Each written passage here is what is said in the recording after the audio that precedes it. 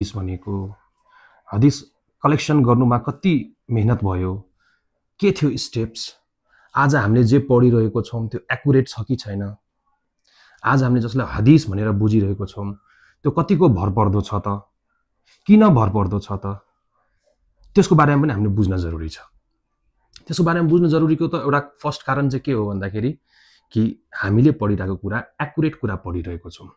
हामीले जुन समय दिइरहेको छौं दीनलाई सिक्नलाई, इस्लामलाई सिक्नलाई, त्यो एक्युरेट रहेछ है, त्यो भरपर्दो रहेछ है भनेर एउटा सेल्फ जुन एउटा विश्वास मनमा ल्याउनलाई पनि हामीले यो जान्न जरुरी छ।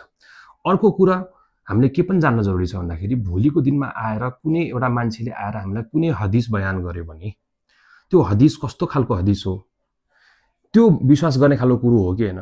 कुनै पनि मान्छे आएर हामीलाई हदिस न्यारेट गर्यो भन्दैमा त्यसलाई विश्वास गर्ने कि नगर्ने, त्यसलाई कसरी केलाउने, त्यसको बारेमा पनि हामीले जान्न जरुरी छ। किन जान्न जरुरी छ भन्दाखेरि मुहम्मद सल्लल्लाहु अलैहि वसल्लमको एउटा हदिस छ है, यो चाहिँ टिप्दा हुन्छ हामीले, यसलाई याद पनि गरौँ।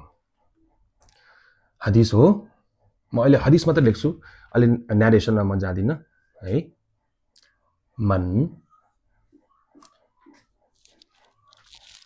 मन कदब, मन भने के हो रे आसिया, हु अथवा हु एभर।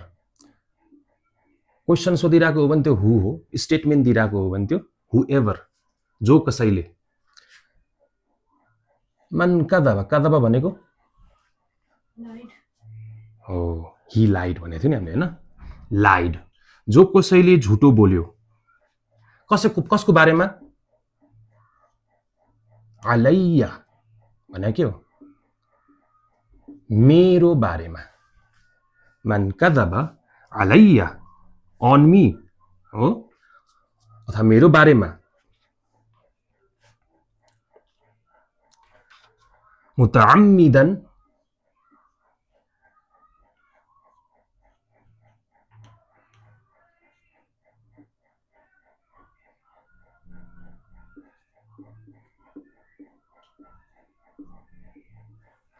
मुतअम्मिदन भनेको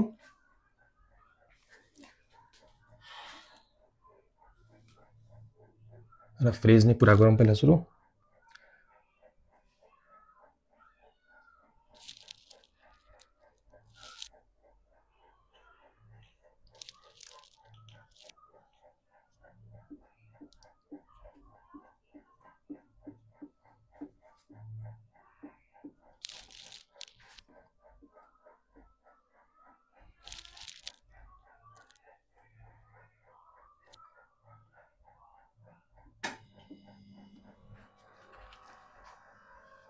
जानी जानी, जो कसैले मेरो बारेमा झुटो बोल्यो, जानी जानी, लेट हिम टेक हैन, लेट हिम टेक हिज सीट।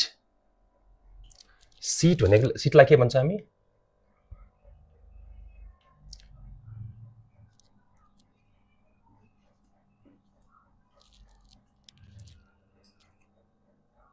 मकअदुन हो, मकअदहु भनेको हिज सीट,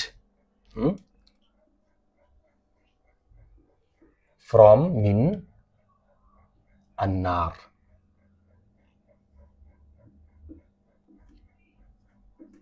जो कसैले मेरो बारेमा झुटो बोल्यो, जानी जानी उसले आफ्नो सीट आगोबाट अथवा जहन्नमको आगोबाट लिए भयो भन्ने यो के हो, मुहम्मद सल्लल्लाहु अलैहि वसल्लमको हदिस हो। सीट, कुर्सी, चेयर, सीट, बस्ने ठाउँ, उसले आफ्नो ठाउँ जहन्नममा रिजर्भ गर्यो, आफ्नो सीट रिजर्भ गर्यो रे। हाम्रो हदिसमा त यस्तो छ भनेर हामी कति इजिली भनिदिन्छौँ नि, यो त हदिसमा लेखेको छ, मुहम्मद सल्लल्लाहु अलैहि वसल्लमले यस्तो भन्नुभएको छ, हामी इजिली भनिदिन्छौँ। तर यो हदिसले हामीलाई के भन्छ भन्दाखेरि त्यो इजिली भन्ने बेलामा कतै हाम्रो मुखबाट झुटो कुरा निक्लियो भने, गलत कुरा निक्लियो भने वास्तवमा हामीले के गरिरहेको छौँ रे, आफ्नो सीट जहन्नमको आगोमा रिजर्भ गरिरहेको छौँ रे। यो बुखारीको र मुस्लिमको दुवैको हदिस हो है। सो यो हदिसको कारणले गर्दाखेरि एन्सियन्ट टाइममा जब मुहम्मद सल्लल्लाहु अलैहि वसल्लम जानुभयो यो संसारलाई छोडेर, स्कलर्सहरूले जब मुहम्मद सल्लल्लाहु अलैहि वसल्लमको हदिसहरू कलेक्ट गर्न थाले एकदमै केयरफुल हुन्थे। एउटा एउटा वर्डमा केयरफुल हुन्थे, कसले भनिरहेको छ यो हदिस त्यसको बारेमा केयरफुल हुन्थे, त्यो मान्छेको हिस्ट्री कस्तो छ त्यसको बारेमा केयरफुल हुन्थे, त्यो मान्छेको नलेज कस्तो छ त्यसको बारेमा केयरफुल हुन्थे, त्यो मान्छेको मेमोरी कस्तो छ त्यसको बारेमा केयरफुल हुन्थे।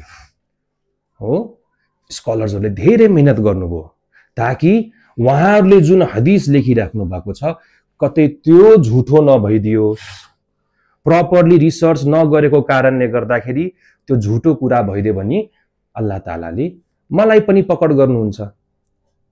त्यो कारणले गर्दाखेरि यो हदिसको बेसमा स्कलर्सहरूले एकदमै धेरै मेहनत गरेर केयरफुल भएर हदिसहरू कलेक्ट गर्नुहुन्थ्यो र त्यो कलेक्ट गर्ने प्रोसेसमा एउटा ठूलो कुरो हामीहरूले जान्न जरुरी छ, जसलाई हामी के भन्छौं, इल्मुर रिजाल, नलेज अफ द मेन।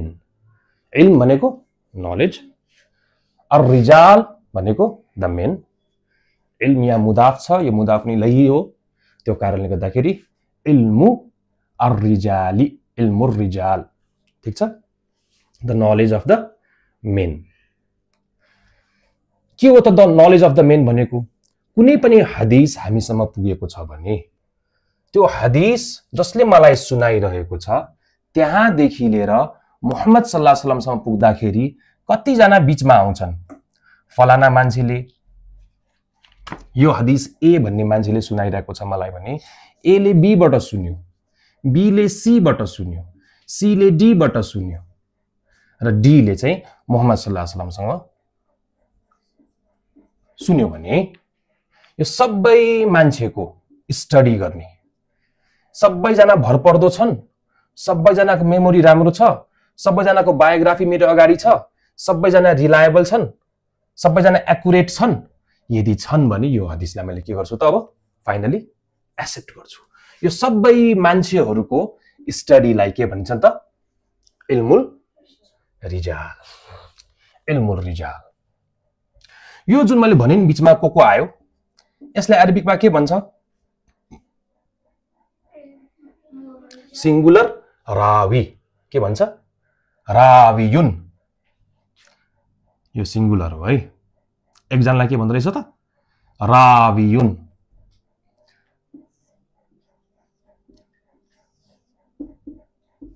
रावियुन, रावियुन भने के हो?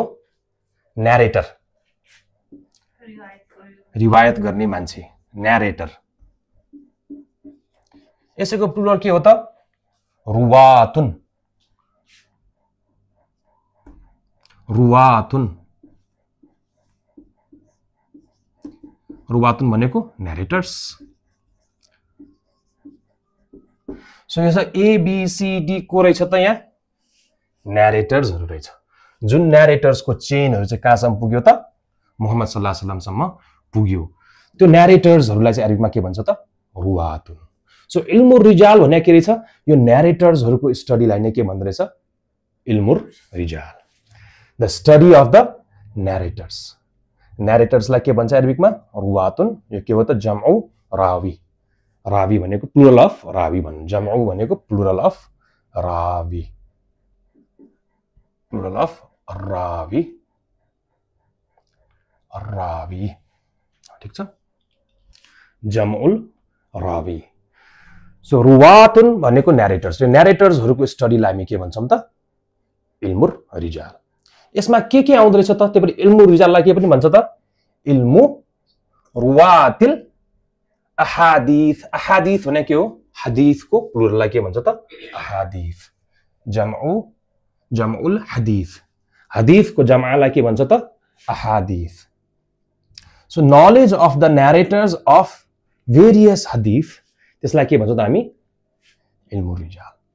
सो इल्मुर रिजाल भनेको सिम्पल ट्रान्सलेसनमा नलेज अफ द मेन भए तापनि यसको वास्तविक माना के हो त? The knowledge of the or the study of the narrators of the hadith।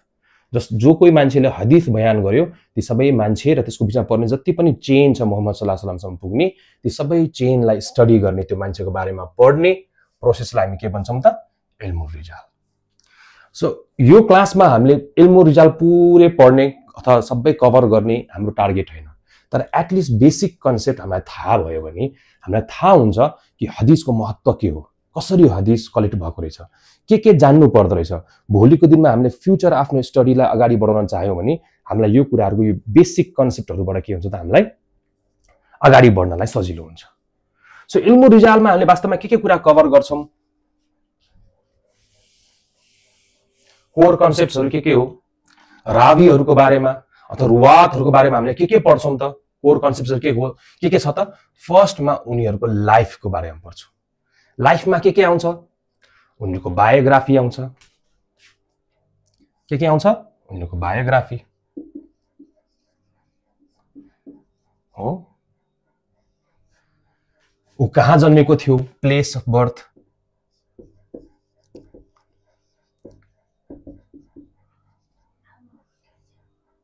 कहिले जन्मेको थियो, डेट अफ बर्थ, कोलाई भेटेको थियो हो, कोलाई भेटेको थियो, possibility of meetings with another narrator और अदर नेरेटर्सहरू पनि यसमा आउँछ। त्यसपछि उसको टिचर को थियो, कोसँग पढेको थियो उसले, टिचर्स, उसको स्टुडेन्ट्सहरू को थियो,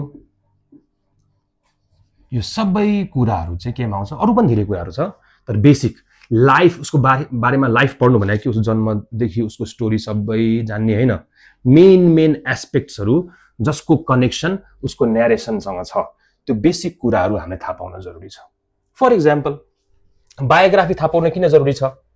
बेसिक बायोग्राफी, ऊ कस्तो नेचरको मान्छे हो थाहा पाउनु पर्यो, त्यसलाई के चाहियो त हामीलाई? बायोग्राफी चाहियो। प्लेस अफ बर्थ थाहा पाउन किन जरुरी छ? प्लेस अफ बर्थ थाहा पाउनु यो कारणले जरुरी छ कि पछि गएर हामीले उसको टिचरको बारेमा पढ्दाखेरि त्यो टिचर त उसको ठाउँको हुँदै होइन, उसलाई भेट्ने पोसिबल नै, अरू नेरेटर्सहरूलाई भेट्ने पोसिबिलिटी नै छैन किनकि यो मान्छेले त ट्राभल गरेकै छैन। सो प्लेस अफ बर्थले पनि धेरै कुराहरू हामीलाई दिन्छ। ऊ कहाँ जन्मेको थियो भनेपछि हामीले के एनालाइसिस गर्न सक्छौँ भन्दाखेरि यो मान्छेको टिचर साँच्चै नै यो थियो त, यो मान्छेको स्टुडेन्ट्सहरू साँच्चै नै यिनीहरू नै थिए त हो। विभिन्न हामीलाई इन्फर्मेसन चाहिँ प्लेस अफ बर्थले पनि दिन्छ।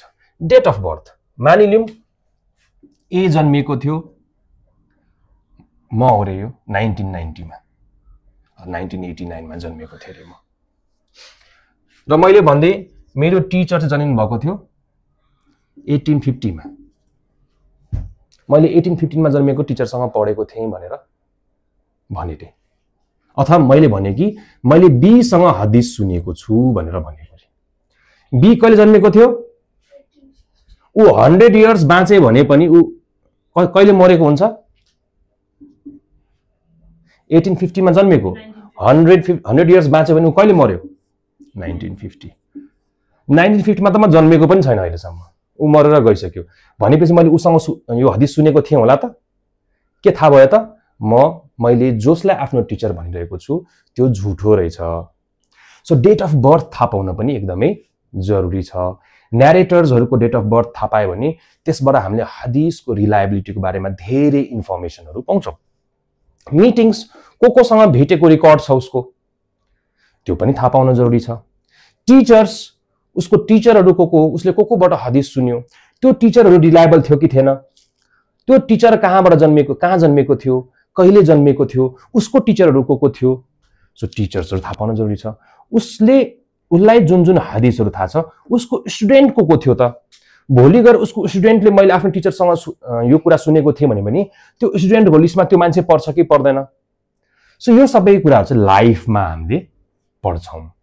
कुनै पनि न्यारेटरको अल-हयात भने के हो? लाइफ, उसको लाइफको बारेमा हामीले पढ्न एकदमै जरुरी छ, जुन इल्मुल रिजालको एउटा कोर फंक्सन हो। कि इल्मुल रिजालमा हामीले के गर्छौँ त? सार्नुपर्छ, कुनै पनि न्यारेटरको लाइफको बारेमा पढ्छौँ। लाइफमा बेसिक के पढ्ने हो? उसको बायोग्राफी, ओभरअल लाइफ कस्तो थियो, कसरी बित्यो, उसको प्लेस अफ बर्थ, ऊ कहाँ जन्मिएको थियो, उसको डेट अफ बर्थ, ऊ कहिले जन्मिएको थियो, उसको मिटिङ्सहरू, उसले कसलाई भेटेको थियो, उसको टिचर्सहरु, उसले कोसँग पढेको थियो, उसको स्टुडेन्ट्सहरु, उसले कसलाई कसलाई पढाएको थियो। यो कुरा केमा कभर हुन्छ? अल हया।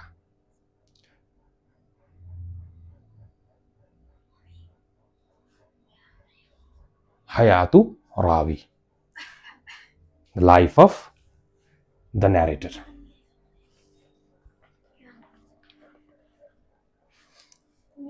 यसमा अर्को पनि एउटा इम्पोर्टेन्ट कुरा आउँछ, उसको लिनिएज है, बायोग्राफी भित्र पर्छ त्यो चाहिँ लिनिएज, उसको वंश, कसको छोरो हो, कसको नाति हो, कसको फ्यामिली लाइनबाट हो, यो पनि आउँछ।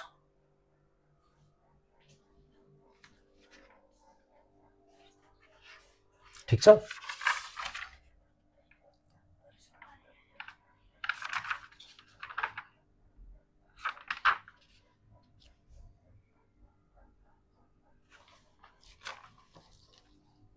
मेटम यो मात्रै मेट्न लाग्यो मैले, हुन्छ।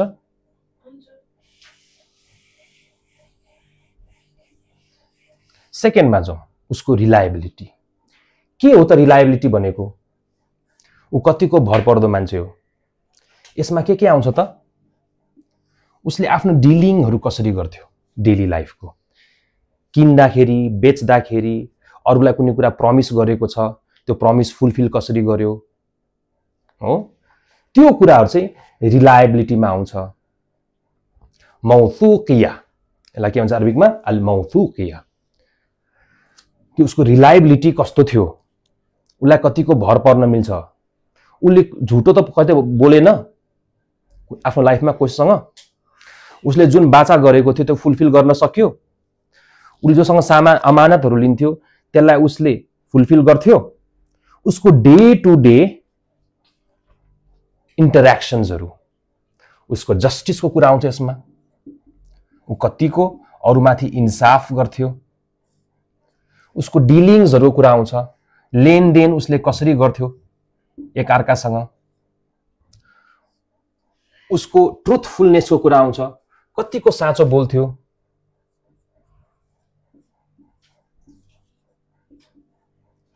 ट्रुथफुल कतिको थियो भन्ने कुराहरु आउँछ।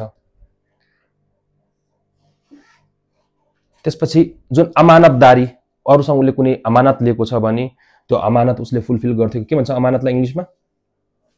ट्रस्टवर्दीनेस।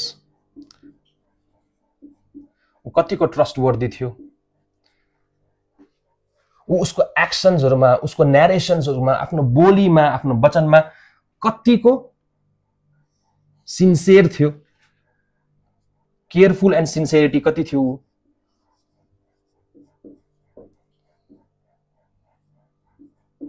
हो, यो सबै केमा आउँछ? उसको रिलायबिलिटीमा आउँछ।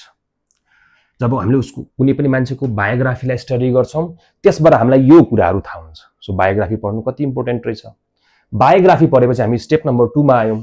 उसको रिलायबिलिटीको बारेमा हामीलाई इन्फर्मेसन थाहा हुन्छ कि ऊ कतिको जस्टिस गर्थ्यो, उसको डिलिङ्सहरु कस्तो थियो, लेनदेन, त्यो लेनदेनमा आफ्नो जीवनको अरु कामहरुमा ऊ कतिको साँचो बोल्थ्यो, कतिको विश्वासिलो थियो, भरपर्दो थियो र कतिको केयरफुल भएर काम गर्थ्यो। अरूलाई हर्ट हुन्छ कि मबाट गल्ती हुन जान्छ कि कतिको सिन्सियर थियो। यो सबै कुराहरुले के भन्छ त त्यो मान्छेको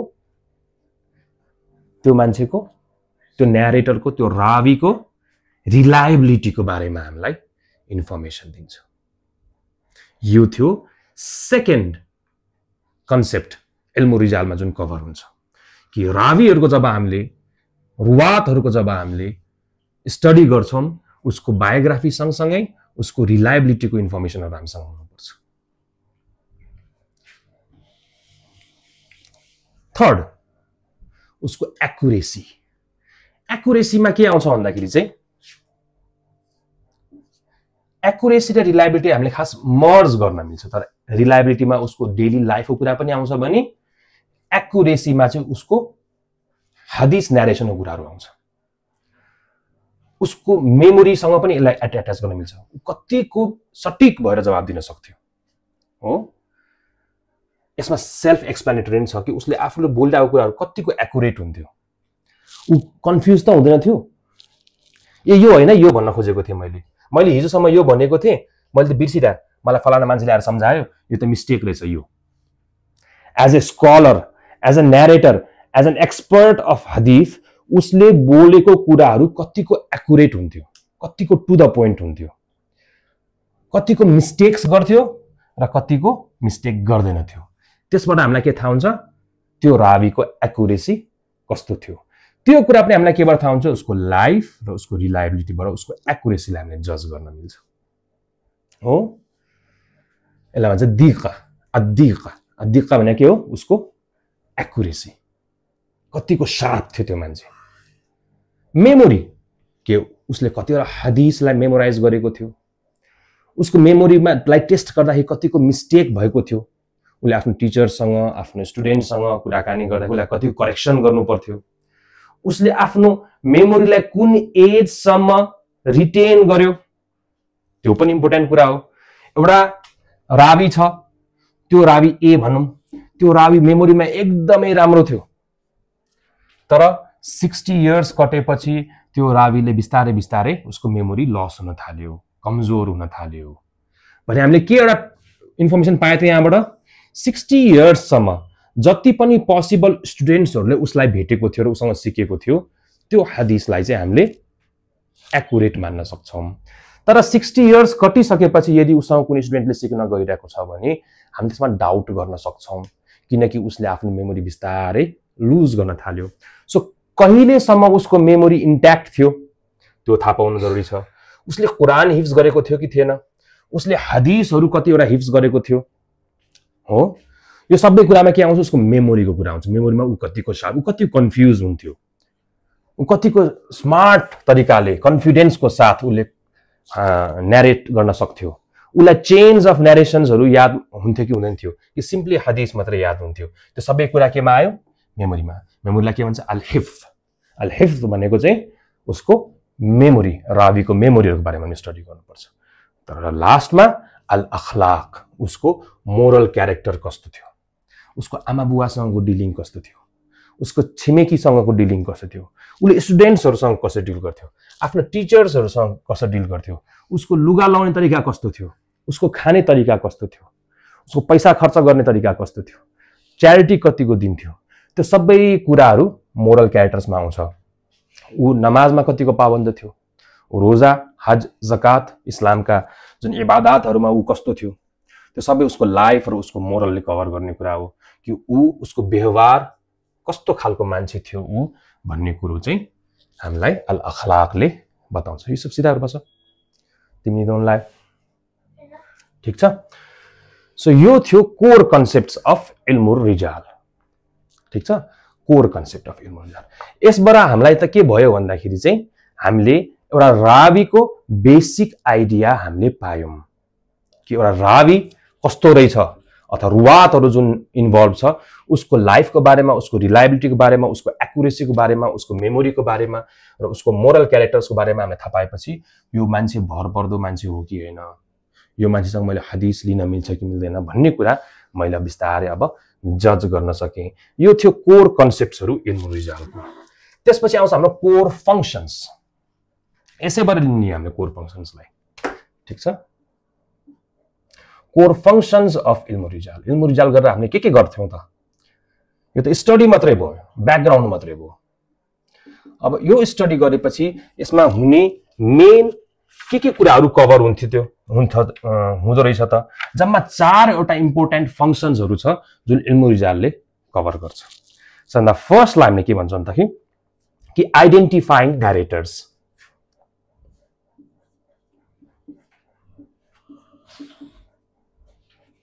उसको बायोग्राफी, उसको रिलायबिलिटी, यो सबै थोक पढेर हामीले के गर्छौँ त अब न्यारेटर्सहरू आइडेन्टिफाई गर्छौँ। Identifying the न्यारेटर्स,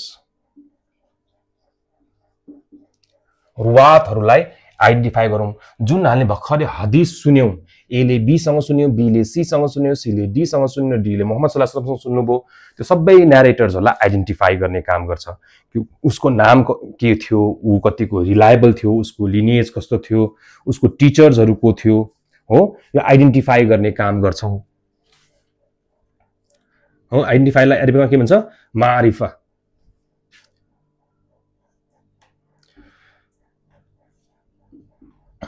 मारिफतु अर्रुवाती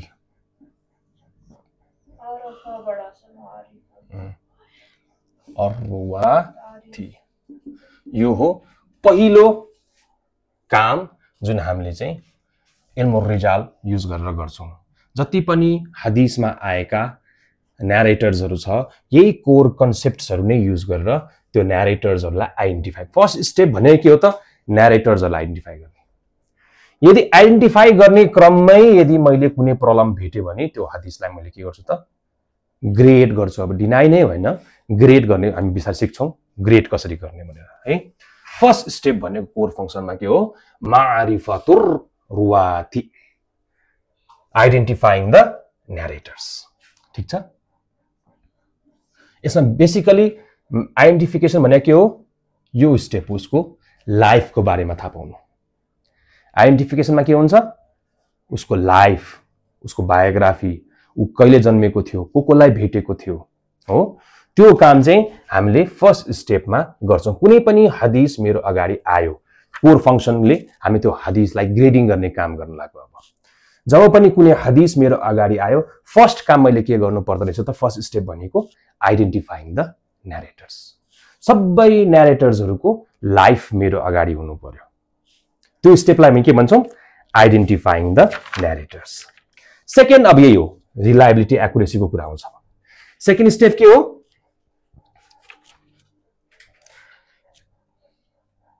assessing reliability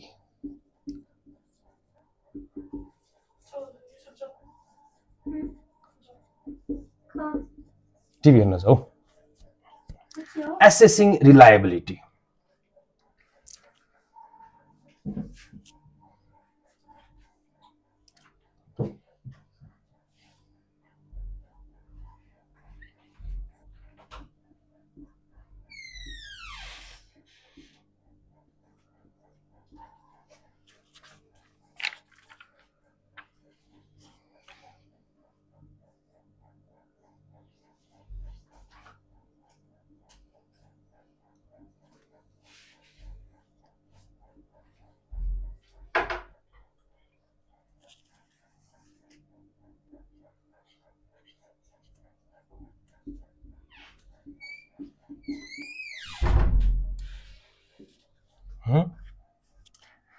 assessment of al-mawthuqiyya भने के माथि हामीले रिलायबिलिटी उसको रिलायबिलिटी को असेसमेन्ट गर्नु यसमा के पर्छ यसमा चाहिँ उसको डिलिङ्सहरु कुरा आउँछ रिलायबल थियो कि थिएन यो भने हामीले डिलिङ्स भयो उसको जस्टिस कतिको गर्थ्यो अमानतदार कतिको थियो र उसको एक्युरेसी को कुरा आउँछ उस कतिको प्रिसाइज थियो यो दुईटा कुरालाई युज गरेर अब हामीले के गर्छौं त सेकेन्ड फंक्सनलाई फुलफिल गर्छौं फर्स्टमा सबै न्यारेटर्सहरुलाई हामीले अगाडि राख्छौं सेकेन्डमा चाहिँ रिलायबिलिटी र एक्युरेसी को कुरा जुन गरेको थियौं जसमा उसको लेनदेन कस्तो थियो उसको अमानतदार कतिको थियो हो उ कतिको प्रिसाइज थियो बोल्दाखेरि कतिको कन्फ्युज हुन्थ्यो कतिको कन्फिडेन्ट मान्छे थियो सो यो कुराहरुबाट चाहिँ रिलायबिलिटी र एक्युरेसी युज गरेर चाहिँ हामीले सबै न्यारेटर्सहरुको रिलायबिलिटीलाई चाहिँ एक्सेस गर्छौं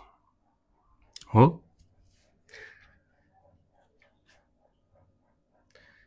3 नम्बरमा ठीक छ 3 नम्बरमा यही नै हो कुरा हो आइडेन्टिफाइङ द न्यारेटर्समा जुन कुरा सिक्यो त्यसैको ब्रान्च हो यो पनि के भन्दाखेरि रिकर्डिङ बायोग्राफी नै हो हैन तर एउटा इन्डिपेन्डेन्ट फंक्सन हो जब हाम्रो अगाडि कुनै हदीस आउँछ हामी त्यो हदीसको इन्भेस्टिगेसन गर्नुको साथसाथै कुनै नयाँ न्यारेटर हाम्रो अगाडि आउन गयो भने त्यसलाई पनि के गर्नुपर्ने हुन्छ त उसको बायोग्राफी रिकर्ड गर्न थाल्नु पर्ने रहेछ हो हामीसँग जुन बायोग्राफी अलरेडी छ त्यसबाट हामीले न्यारेटर्सहरुलाई आइडेन्टिफाई त गर्न सक्यौं तर हदीस कलेक्ट गर्ने क्रममा कुनै नयाँ न्यारेटर हाम्रो अगाडि आउन गयो भने त्यो नयाँ न्यारेटरको बारेमा इन्भेस्टिगेट गर्नु र उसको बायोग्राफीलाई फेरि रिकर्ड गर्नु पनि के भयो त इल्मु रिजालकै एउटा कोर फंक्शन्सहरु मध्ये एउटा फंक्शन रहेछ। यतिकै नयाँ न्यारेटर आयो भन्दैमा हामीले हदीसहरुलाई सिधै रिजेक्ट गर्न मिल्दैन, हामीले अगेन रिकर्ड गर्न थाल्नुपर्छ बायोग्राफीलाई नयाँ जसलाई उसको बारेमा थाहा छ भरपर्दो मान्छेसँग गएर उसको बायोग्राफी हामीले कलेक्ट गर्नुपर्छ, रिसर्च गर्नुपर्छ, पत्ता लगाउनुपर्छ र उसको बायोग्राफीलाई रिकर्ड गर्नुपर्छ। त्यसपछि फेरि हामी कहाँ पुग्छौं त स्टेप नम्बर 1 मा कि ऊ कस्तो खालको न्यारेटर थियो अनि बल्ल हामीले आइडेन्टिफाई गर्न सक्छौं। यसमा के कुरा आउँछ रिकर्डिङ बायोग्राफी गर्दाखेरि हामीले गरेका थियौं उसको लाइफ स्प्यान, ऊ कुन ठाउँमा जन्मेको थियो, उसको कनेक्सन्स कोसँग थियो, त्यही कुराहरु नै फेरि हामीले गर्नुपर्ने हुन्छ। ठीक छ। सो अब यो तीनटा स्टेपले गरेपछि के भयो सबै न्यारेटर्सहरु हाम्रो अगाडि आयो। जसको कलेक्सन हामीसँग अलरेडी छ त्यो पनि हाम्रो अगाडि छ, उसको रिलायबिलिटी कस्तो छ त्यो पनि हाम्रो अगाडि छ र यदि कोही नयाँ भेटिहाल्यो भने उसलाई फेरि हामीले उसको बायोग्राफीलाई रिकर्ड गरेर फेरि स्टेप 1 हामीले सुरु गर्न सक्यौं। र फाइनली 4 नम्बरमा यसको एराबिक टर्म लेखिहालौं।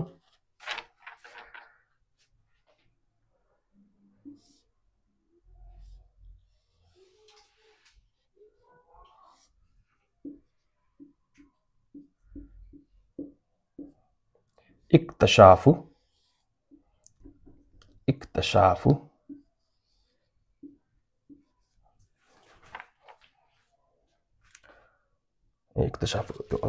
फोर्थ नंबर भयो त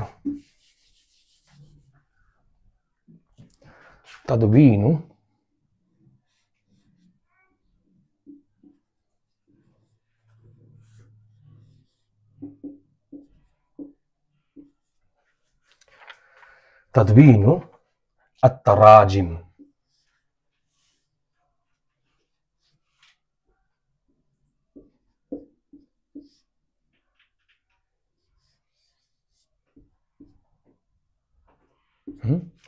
तदवीनु तराजिम भनेको फेरि यदि कोही न्यारेटर्स हामीले भेट्छौं जो नयाँ छ और उसको बारेमा हामीलाई थाहा छ उसको बायोग्राफीलाई रिकर्ड गर्दिनु। ठीक छ। जस्ट इमेजिन गरौं हामीसँग थाउजेन्ड्स एन्ड थाउजेन्ड्स अफ न्यारेटर्सहरु छ हदीसहरुको। इल्मु रिजालको काममा के रहेछ ती सबै न्यारेटर्सहरुको बायोग्राफीलाई रिकर्ड गर्नु। सोचौं कुन भोल्युममा हामीसँग बुक हुन्छ होला। यो एकजनाको हैन, यहाँ हजारौं हजार न्यारेटर्सहरुको बायोग्राफी अगाडि हुनुपर्छ। ऊ कहाँ जन्मेको थियो, उसले कसलाई भेटेको थियो, उसले कस्तो डिल गर्थ्यो, उसको आमा बुवाको थियो, उसको वंशजको बारेमा, उसको स्टुडेन्ट्सहरुको बारेमा, उसको टिचर्सहरुको बारेमा यो सबै थाहा पाउनु पर्छ र बल्ल एउटा स्कलर अफ द हदीसले के भन्न सक्छ कि यो हदीस सही छ। र हामी के गर्छौं यहाँ बसेर सर्टेन हामीहरु ग्रुप अफ मान्छेहरु त्यो स्कलरलाई क्रिटिसाइज गर्न थाल्छौं। आफ्नो कुशनमा ढल्की आफ्नो सिरानीमा ढल्की साथीहरुसँग चिया खाँदै गफ गर्दै हामी के गर्छौं त्यसले भन्दैमा म मान्छु। हामी त यसबाट तालिम गर्छौं एभ्रीडे घरमा, यसबाट हामी आफ्नो अकिदा ठीक गर्छौं। यो हदीस पढेर मेरो लाइफ चेन्ज भयो। एउटा स्कलर जसले न्यारेटर्सहरुलाई आइडेन्टिफाई गर्न आफ्नो जीवन खपाइदिए, उनीहरुको रिलायबिलिटीलाई एसेस गर्नलाई आफ्नो जीवन खपाइदिए हो, उनीहरुको बायोग्राफीलाई रिकर्ड गरेर त्यसलाई याद गरेर त्यसलाई एक अर्कासँग कनेक्ट गरेर यो डरले कि कतै मैले मोहम्मद सल्लल्लाहु अलैहि वसल्लमको बारेमा झुटो बोले भने मेरो सीट जहन्नममा फिक्स छ, त्यो डरले यो पुरै मेहनत गरेर एउटा हदीसलाई बल्ल बल्ल after so much of investigation उनीहरुले यो हदीस सही छ भनेर भन्छ। र आज हामी के गर्छौं त यहाँ चिया खाँदै फलाना मान्छेहरुले चाहिँ हाम्रो हदीसको बारेमा मैले जुन हदीसलाई बिलिभ गरेर आफ्नो घरमा तालिम गर्छु त्यसलाई ضعیف भन्दियो, त्यसलाई कमजोर भन्दियो, त्यसलाई गलत भन्दियो, म मान्दिन। को थियो इमाम बुखारी, यहाँ यस्तो वर्डहरु पनि युज गर्छन् मान्छेहरुले। तर उनीहरुले यो बुझ्दैनन् कि त्यो स्कलर्सहरु कुन लेभलको मेहनत गरेको थियो, ती उलमाहरूले ती मुहद्दिसिनहरूले कुन लेभलको मेहनत गरेर आज हामीसँग यो हदिसहरूको ग्रेड पुगेको छ भन्ने कुरा उनीहरूले बुझेको छैन हो। आफै इमेजिन गर्नु कि उनीहरूको बायोग्राफी कुन भल्युममा उनीहरूले पढ्नु पर्थ्यो होला, कति दिमाग खपाउनु पर्थ्यो होला हो। हजारौं र लाखौं न्यारेटर्सहरूको बारेमा उनीहरूले थाहा पाउनु पर्थ्यो अनि बल्ल उनीहरूले यो भन्न सक्थ्यो कि यो हदिस सही छ, गलत छ, मौदु हो अथवा अरू हामी ग्रेड्सहरूको बारेमा पढ्छौँ अहिले, त्यो सबै बारेमा बल्ल आउँछ। लास्ट स्टेप जसबाट हदिसको ग्रेडिङ हुन्छ त्यसलाई चाहिँ के भन्छ त हामी, डिटेक्टिङ विकनेस।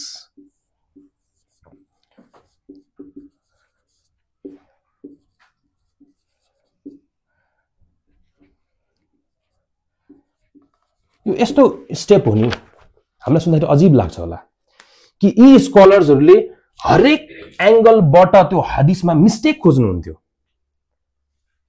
हामी त के गर्छौँ, सोध्छौँ नि हदिस आयो यसलाई रेस्पेक्ट गरौँ, यो गरौँ। उहाँले त्यसलाई हदिस आउने अगाडि आउने बित्तिकै फर्स्ट माइन्ड मेकअप नै के हुन्थ्यो उहाँहरूको, दिस इज रङ भन्न खोजेको के हो, यसमा पोसिबल मिस्टेक्सहरू के हुन सक्छ, म सबै तरिकाबाट यसलाई जज गर्छु। त्यसमा पोजिटिभ वेमा एप्रोच गर्ने हैन, त्यसले जहिले पनि के कुन वेमा एप्रोच गर्ने, नेगेटिभ वेमा एप्रोच गर्ने, यो रङ हुन सक्छ भन्ने एप्रोचमा गर्ने। जबसम्म यो तरिकाबाट म जादिन तबसम्म म त्यसमा विकनेस खोज्नमा म स्ट्रङ हुनै सक्दिन। म इच एन्ड एभ्री स्टेपलाई यति केलाई हेर्छु कि सानो भन्दा सानो रिजन मात्रै पाएँ यो रङ हो भन्नलाई, साबित गर्नलाई पनि त्यो म राखिदिन्छु ताकि म यसमा क्वालिफाई नहौं, म यसमा क्वालिफाई नहौं। कुनै पनि हदिसलाई यो अथेन्टिक छ भनेर चाहिँ पढ्न दियो र त्यो अथेन्टिक रहेन भने म फसेँ। त्यही भएर जब पनि मेरो अहिले कुनै नयाँ हदिस आउँछ फर्स्ट इम्प्रेसनमा म के गर्छु, यसलाई कसरी एप्रोच गर्छु, जसरी भए पनि म यसमा कुनै न कुनै विकनेस पत्ता लगाउँछु। जब मैले सबै थोक अपनाएँ, सबै तरिका अपनाएँ तर पनि मैले कुनै पनि विकनेस पत्ता लगाउन सकिनँ भने बल्ल त्यो हदिसमा छाप लाग्यो कि दिस इज अथेन्टिक। कुरो बुझ्यो? सो डिटेक्टिङ विकनेस यो सबैभन्दा इम्पोर्टेन्ट। अब यो सबै कुराहरूलाई अगाडि राखेर यो सबै न्यारेटर्सहरूको बायोग्राफी अगाडि आयो, कनेक्सन्सहरू अगाडि आयो, अब म के गर्छु, त्यसमा हरेक एंगलबाट विकनेसहरू खोज्न थाल्छु। सिधाएर बस, निन्द्रा लाग्यो भने ठीक छ। यो डिटेक्टिङ विकनेसलाई चाहिँ अरबिक टर्म हेरौँ, यसको के हो, इक्तिशाफु एकम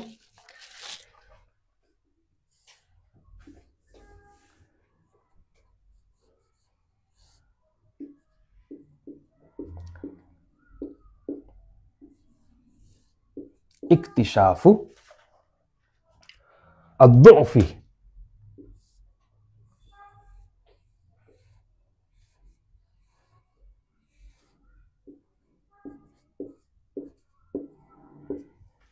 आइडेन्टिफाइङ और डिटेक्टिङ द विकनेस अद्दुफी। यसमा के कभर हुन्छ यसमा अलिकति बुझौँ है। विकनेस थाहा पाउनुमा हामीले पढेको कुराहरू सबै युज गरे विकनेस थाहा पाउने कुरा आफ्नो ठाउँमा छ, तर यसको असल मकसद के हो भन्दाखेरि यसमा हामीले गर्न खोज्ने भनेको चाहिँ के भन्दाखेरि चारवटा कुरालाई डिटेक्ट गर्छौं। एक नम्बर आइडेन्टिफाइङ द फर्स्टली त सबैभन्दा सिम्पल कुरा त्यो मान्छेको मेमोरी कतिको स्ट्रङ छ। यसलाई यता लगाउँ, बरु क्यामेरामा कभर नहोला, यतापट्टिको मेट्दा हुन्छ।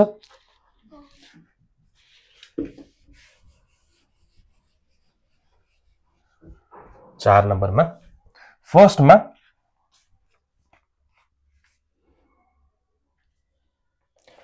हामीले इन्भेस्टिगेट गर्ने कुरा के हो त त्यसमा 1 नम्बरमा दईफुल हिफ्ज, उसको मेमोरी कतिको वीक थियो।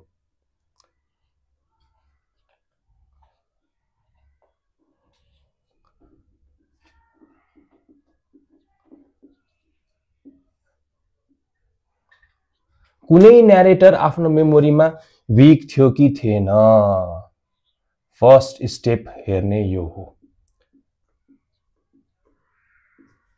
दईफुल हिफ्ज हो डिटेक्टिङ विकनेस को स्टेप्स में। सेकेंड में मुब्तदी के हो मुब्तदी भन्ने थाहा छ कसलाई? Move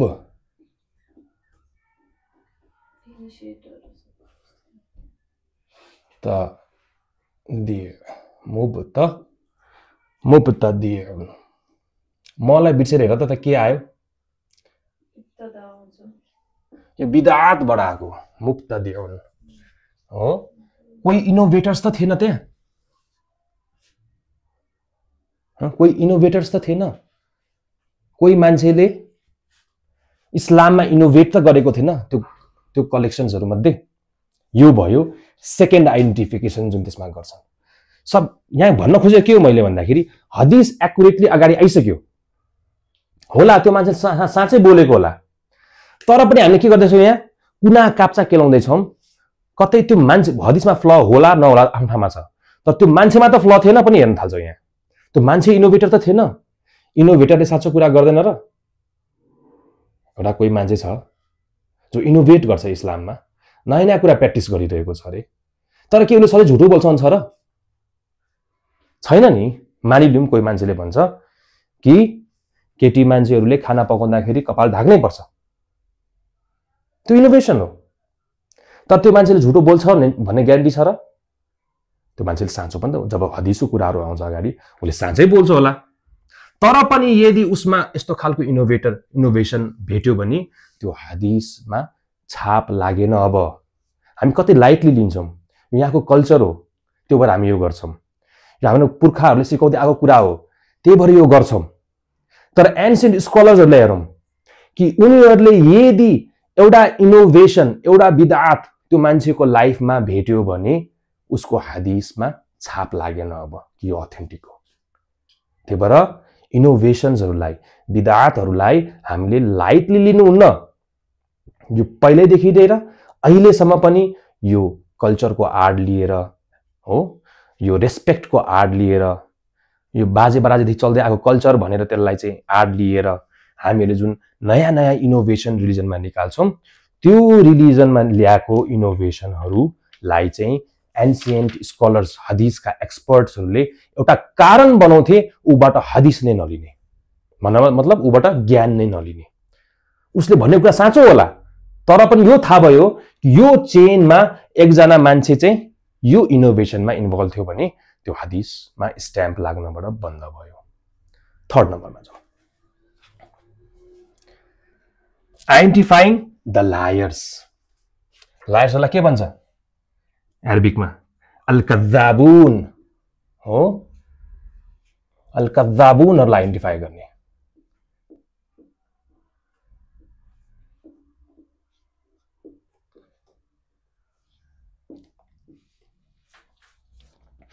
Identifying the al-kadhabuna and identifying the finally fabricators। आफैले स्टोरी बनाएर यो हदिस हो भन्ने फ्याब्रिकेटर्सहरूलाई के भन्छ? फ्याब्रिकेटेड हदिसहरूलाई के भन्छ रे? मौदु भन्छ। फ्याब्रिकेटर्सहरूलाई के भन्छ होला?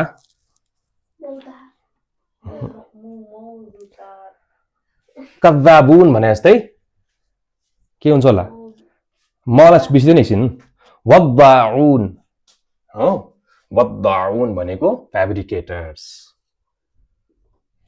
ठीक छ? वद्दाउनहरूलाई आइडेन्टिफाई गर्ने,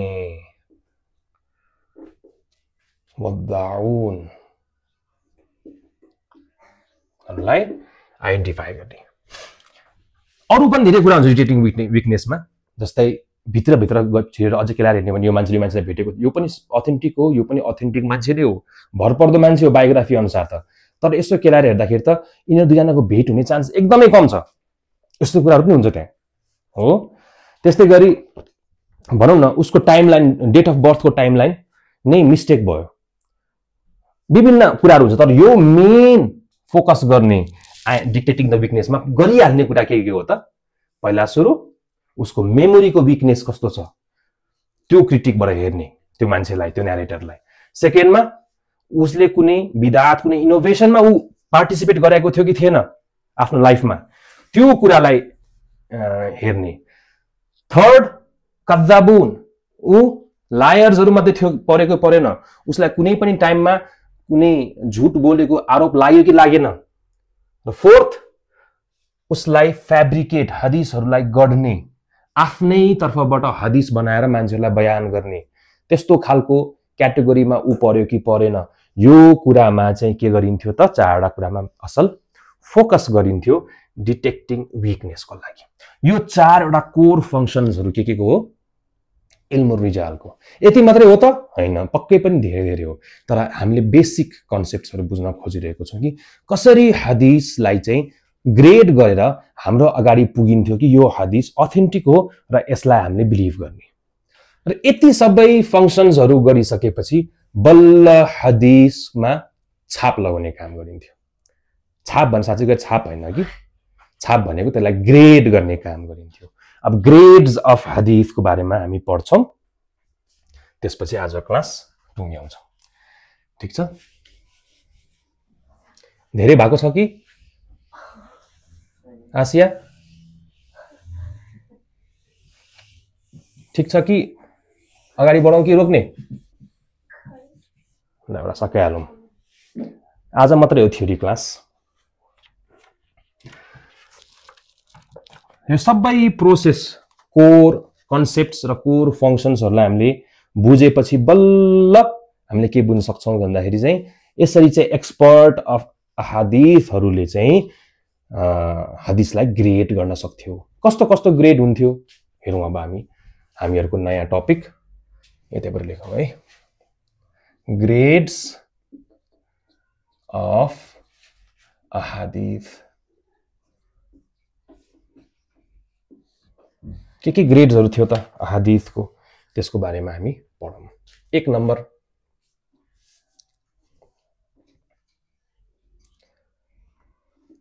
सही।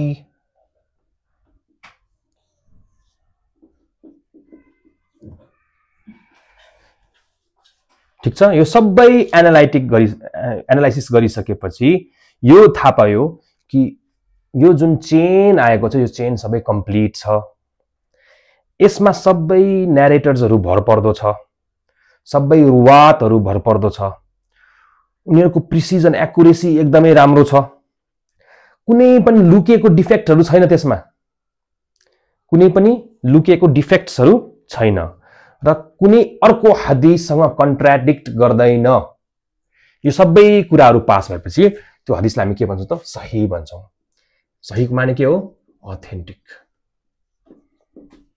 यसमा के हेर्ने भयो? 1 नम्बर, कम्प्लिट चेन। जुन न्यारेटरको चेन छ त्यो के हुनु पर्यो, पहिला सुरु कम्प्लिट हुनु पर्यो, बीचमा कुनै पनि ग्याप हुनु भएन।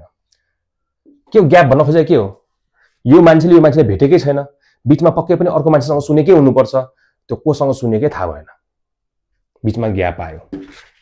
ए ले बी सँग सुन्यो, बी ले सी सँग सुन्यो भनेको छ, सी ले डी सँग सुन्यो भनेको छ, तर हामीलाई के थाहा भयो, बी र सी को बीचमा ठ्याक्कै 100 वर्षको ग्याप छ, जुन चाहिँ पोसिबल छैन कि उसले उसलाई भेटेको होस्। बीचमा अर्को जना हुनै पर्छ, B1 हुनै पर्छ। सो यो के भइदियो त, कन्टिन्युअस चेन भएन, कम्प्लिट चेन आएन। सो तर सही हुनलाई के हुनु पर्यो, कम्प्लिट चेन हुनु पर्यो, बीचमा कुनै प्रकारको ग्याप हुनु भएन, कम्प्लिट एन्ड कन्टिन्युअस चेन हुनु पर्यो। 2 नम्बरमा के हुनु पर्यो, सबै न्यारेटर्सहरु भरपर्दो हुनु पर्यो। Narrators should be, all narrators are upright। उसको व्यवहार, भरपर्दो, एक्युरेसी सबै राम्रो छ। all narrators are upright।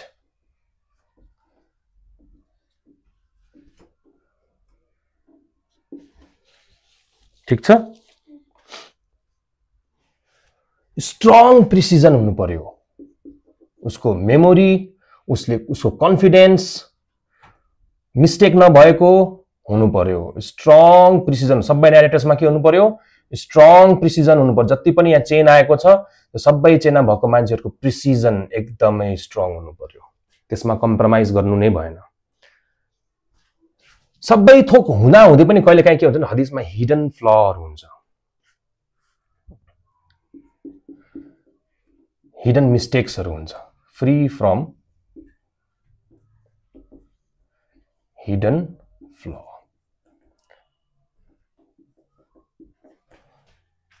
कुनै पनि किसिमको हिडन फ्लॉ अथवा हिडन डिफेक्ट भनौं न हुनु भएन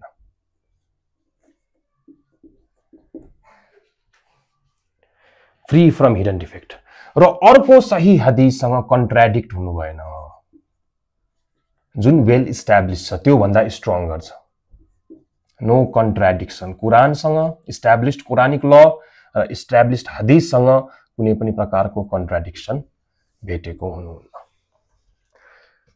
यति सबै पास भएपछि बल्ल त्यो हदीसमा केको छाप लाग्या छ सही सही भनेर त्यसलाई ग्रेड गर्न पायो हो मेरो बुकमा छ तिम्रो बुकमा छ भन्ने हिसाबले त्यसलाई सही भन्न पाएन कुनै पनि हदीसलाई सही भन्नलाई कति दुःख गर्नुपर्ने रहेछ देखियो हैन त सो आजको जमानामा आएर मैले पढ्ने बुकमा छ त्यही भएर सही हो भन्न पायो पाएन यति लाख मान्छेले पढिरहेछ त्यही भएर सही हो भन्न पायो पाएन यसको आफ्नै तरिका रहेछ यसको आफ्नै साइन्स रहेछ यसको आफ्नै मेहनत रहेछ ठीक छ 2 नम्बरमा जाउँ सही भन्दा एक स्टेप मुनि हसन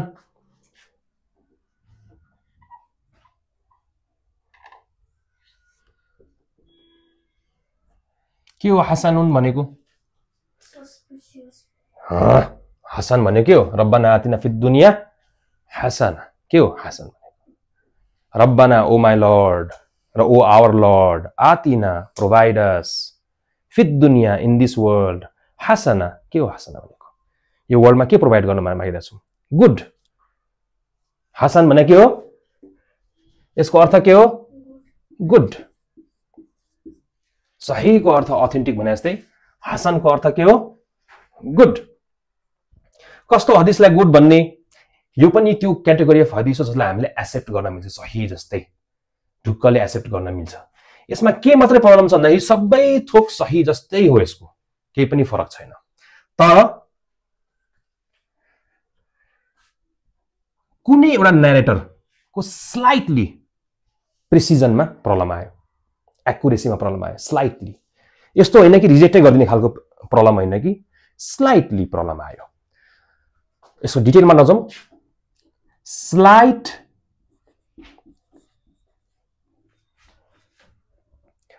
हो स्लाइटली लो प्रिसिजन भएको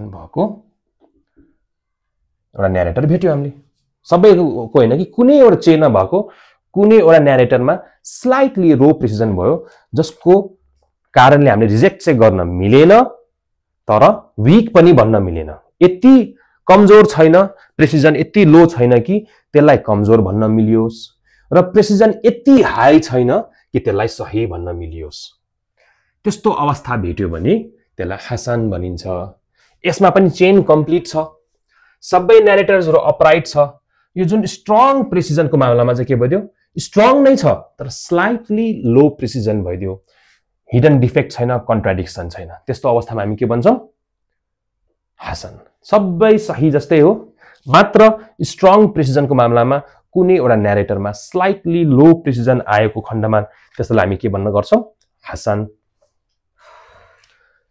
हसनको मुनि के आउँछ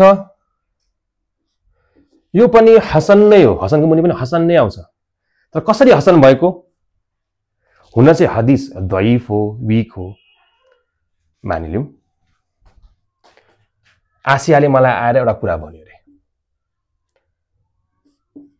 हो एउटा कुरा भन्यो रे तर आसियालाई चाहिँ म भरे आसियाको मलाई भरै लाग्दैन सधैँ झुक्क्याउने काम गर्छ कुरा त भन्यो तर उसको कुरालाई मैले फुल्ली विश्वास गरेको छैन त्यसपछि एकछिन अगाडि बढे म युसुफले आएर पनि मलाई त्यही कुरा भन्यो डिट्टो अब मलाई आसियाको अलिकति विश्वास लाग्यो आसियाले पनि मलाई भनेको थियो है हो त्यसो अलिकति अगाडि जान्छु युनुसले पनि मलाई आएर त्यही कुरा भन्यो अब बल्ल मलाई के भयो त्यो कुरामाथि विश्वास लाग्यो सो हदिस चाहिँ कमजोर हो, तर मल्टिपल चेन अफ न्यारेसनले गर्दाखेरि त्यसलाई अब कमजोर भन्न मिलेन।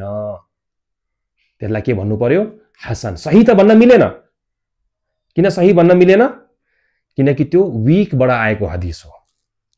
तर यति धेरै चेन अफ न्यारेसन्सबाट त्यसलाई सपोर्ट गरियो, यो पनि वीक होला, यो पनि वीक होला, तर मल्टिपल वीक न्यारेसनबाट त्यो सपोर्ट भएको हदिस भएको हुनाले गर्दाखेरि त्यसलाई के मानियो? हसन मानियो।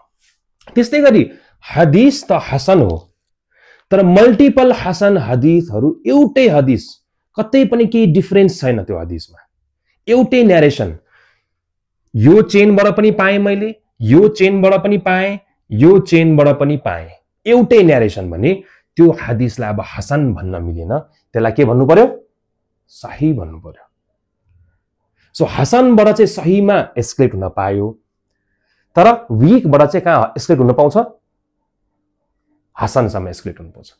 सो मल्टिपल वीक मिलेर चाहिँ यसले कहाँ पुर्याइदिन्छ? हामीलाई हसनसम्म पुर्याइदिन्छ। यसले सहीसम्म कहिले पुर्याउन सक्दैन। वीक न्यारेसन्सहरूलाई मल्टिपल चेनले सपोर्ट गर्यो भन्दैमा त्यो सही हुन सकेन। त्यो कहाँसम्म जान सक्यो? हसनसम्म जान सक्यो। तर मल्टिपल हसन हदिसहरू मिल्यो, यही ठाउँमा हसन छ रे, यो पनि हसन, यो पनि हसन, यो पनि हसन, मल्टिपल हसन हदिसहरू मिलेर चाहिँ त्यसले कहाँसम्म एस्केलेट हुन्छ त्यो हदिस? अब यसलाई सही भन्न मिल्छ। सो नेक्स्ट क्याटेगोरी भनेको सही हो, तर त्यो हसनबाट बनेको सही हो। कुरो बुझ्यो कसरी हसनबाट सही हुन्छ? त्यस्तो अवस्थालाई हामी के भन्छौँ त? सही लिगैरिही, सही बिकज अफ एक्सटर्नल सोर्सेस भन्छौँ। के भन्छौँ त? सही सहीहुन ली गैरिही। यो भने के हो? Authentic due to external support, यसको अर्थ होइन हो भने। तर केस मैले बुझाइदिएँ, मल्टिपल हसन हदिसहरू मिलेर सही बन्न सक्छ। अथेन्टिक ड्यू टू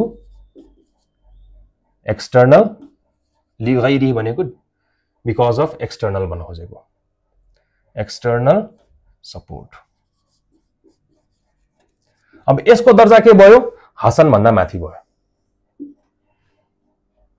मैले हसन सिकाएपछि मात्रै सही लिगैरिही किन सिकाएको भन्दाखेरि हुन चाहिँ यो 2 नम्बर हुनुपर्ने हो, सही लिगैरिही, किनकि यो चाहिँ सही भन्दा मुनि हो। तर मलाई हसन सिकाउनु कुरा के हो? ताकि पहिला हसन बुझौँ, अनि हसनले गर्दाखेरि कसो सही हुन्छ त्यो बुझ्न सजिलो होस्। मलाई 3 नम्बर राखेको। तर यदि हामीले यसलाई अर्डरिङ गर्नुपर्ने हो भने यो 2 नम्बरमा आउनु पर्यो। ठिक छ? त्यस्तै गरी 4 नम्बरमा अब मैले दइफ त सिकाएको छैन, तर दइफ भनेको पनि बुझ्नुपर्ने हो हामीले, खास यो बुझ्नुभन्दा अगाडि। तर सही नभइकन अब हसन लिगैरिही भन्ने क्याटेगोरी छ हाम्रो।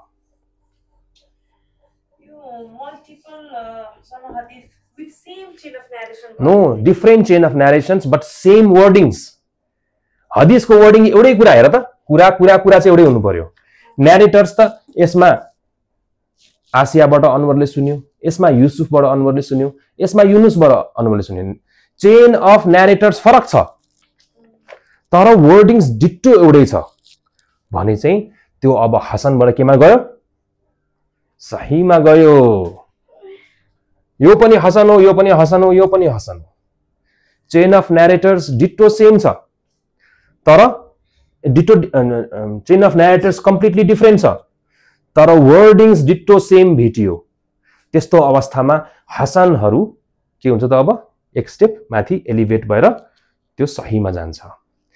त्यस्तै गरी हसन लिगैरिही भनेको चाहिँ कस्तो हो?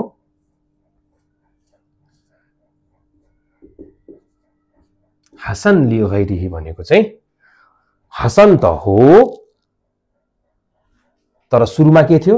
मल्टिपल चेन अफ न्यारेसन्स हामीले वीक भेटेको थियौं। कम्प्लिटली डिनाइ पनि गर्न मिलेन, कमजोर छ, फ्याब्रिकेटेड होइन यो। तर यति धेरै कमजोर हदिस पाए जसमा मल्टिपल चेन अफ न्यारेसन्सहरू छ र वर्डिङ्सहरू डिट्रो एउटै छ भने त्यो वीक हदिस पनि केमा एस्केलेट हुन्छ त? अब हसनमा एस्केलेट हुन्छ। अघि चाहिँ हसन सहीमा एस्केलेट भएको थियो, अब चाहिँ due to multiple chain of narrations weak हदिस पनि कहाँ एस्केलेट हुन सक्दो रहेछ त? हसनमा। सो यो चाहिँ के हो? Good due to external support. So एउटा कन्सेप्ट छ हाम्रो, वीक हुने बित्तिकै रिजेक्ट गर्नुपर्छ हदिसलाई। डरलाग्दो कुराहरू यस्तो यस्तो कुरा बोल्नु हुन्न हामीले। वीक भनेको अफकोर्स त्यसलाई चाहिँ हामीले लो प्रायोरिटीमा राख्छौँ, तर कम्प्लिटली रिजेक्ट होइन, त्यसलाई सपोर्टिङ एभिडेन्सको रूपमा हामीले युज गर्दैछौँ वीकलाई। कुनै पनि नयाँ कानुन बनाउनु पर्यो, जस्तै मानिलिउँ विवाह कसरी गर्ने, विवाह कसरी टुट्छ, वुदु कसरी गर्ने, वुदु कसरी टुट्छ, नमाज कसरी पढ्ने, नमाज कसरी टुट्छ, यो सबै के रुलिङ हो नि इस्लामको। कुनै पनि इस्लामको रुलिङमा हामीले वीक हदिसलाई युज गर्न मिल्दैन। तर वीक हदिस यदि कन्ट्राडिक्ट गर्दैन भने त्यसलाई सपोर्टिङ हदिसको रूपमा युज गर्न मिल्छ।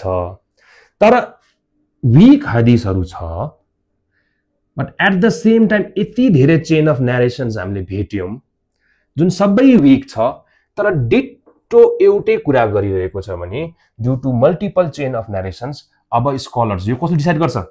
हामीले गर्ने हो? नो, स्कलर्स अफ हदिस, एक्सपर्ट्स अफ हदिसहरूले डिसाइड गर्छ कि यो हदिसलाई हामीले एस्केलेट गरेर हसन बनाउन सक्छौं।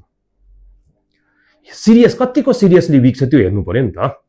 वीक भयो भन्नेमा एस्केलेट गर्न मिलिहाल्छ भन्ने भन्दा खोजेको होइन, त्यसको सिरियसनेस हेरेर, त्यसको कुन लेभलको वीकनेस छ त्यो हेरेर एक्सपर्ट अफ हदिसहरूले चाहिँ के गर्छन् त, कहिलेकाहीँ वीक हदिसलाई पनि एस्केलेट गरेर हसनसम्म पुर्याउन उनीहरूसँग अथोरिटी छ।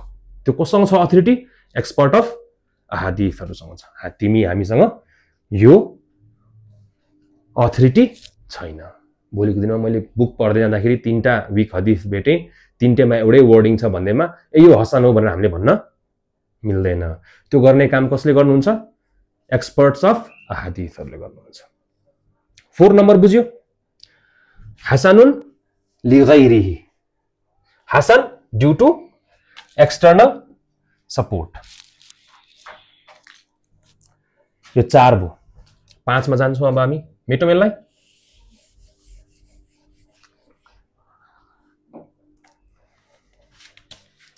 पाँच नंबर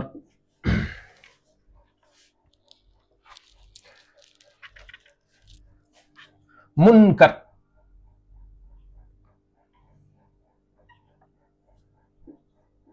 के हो मुनकर भनेको?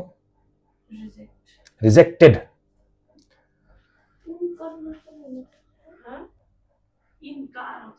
मुनकर भनेको रिजेक्टेड, डिनाउन्स्ड इंग्लिशमा भन्ने हो भने चाहिँ डिनाउन्स्ड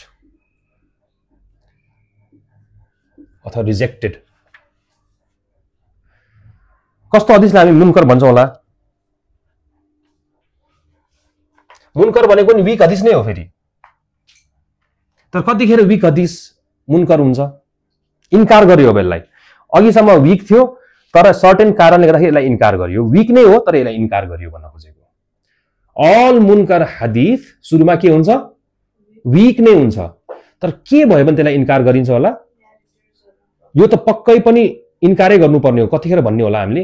जब त्यो सही हदिससँग कन्ट्राडिक्ट गर्छ।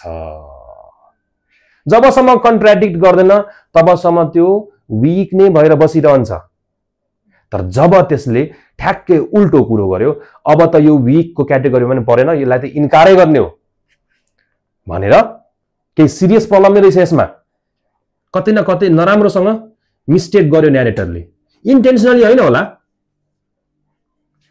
यसलाई मौदु किन भनिएन? यो फ्याब्रिकेट गरेको चाहिँ होइन, केही न केही कारणवश बिकज अफ सम मिस्टेक न्यारेटरले यस्तो मिस्टेक गरिदियो कि यो त कम्प्लिटली रङ भइदियो। अघिसम्म चेनहरूलाई एनालाइसिस गर्दाखेरि, उसको लाइफलाई एनालाइसिस गर्दाखेरि, उसको रिलायबिलिटीलाई एनालाइसिस गर्दाखेरि यसलाई दइफको क्याटेगोरीमा, वीकको क्याटेगोरीमा राखिरहेको थिए। तर अब जब यसलाई सही हदिससँग कम्पेयर गर्दाखेरि के भेटियो त यो त ठ्याक्कै उल्टो कुरो गर्दै रहेछ त्यही भएर यसलाई हामी के भन्छौं नो मोर दैफ यो के हो मुनकर हो थाहा छ तर बुझौँ न अहिलेको लागि दैफ आउँछ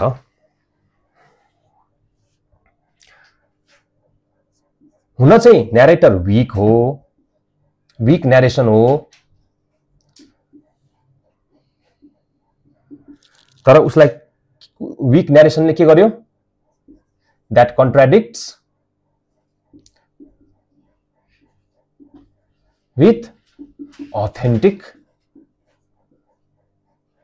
narration यस्तो खालको वीक न्यारेसन जसले अथेन्टिक न्यारेसनसँग कन्ट्राडिक्ट गर्यो भने त्यस्तो न्यारेसन्सहरुलाई हामी के भन्दै छौं मुनकर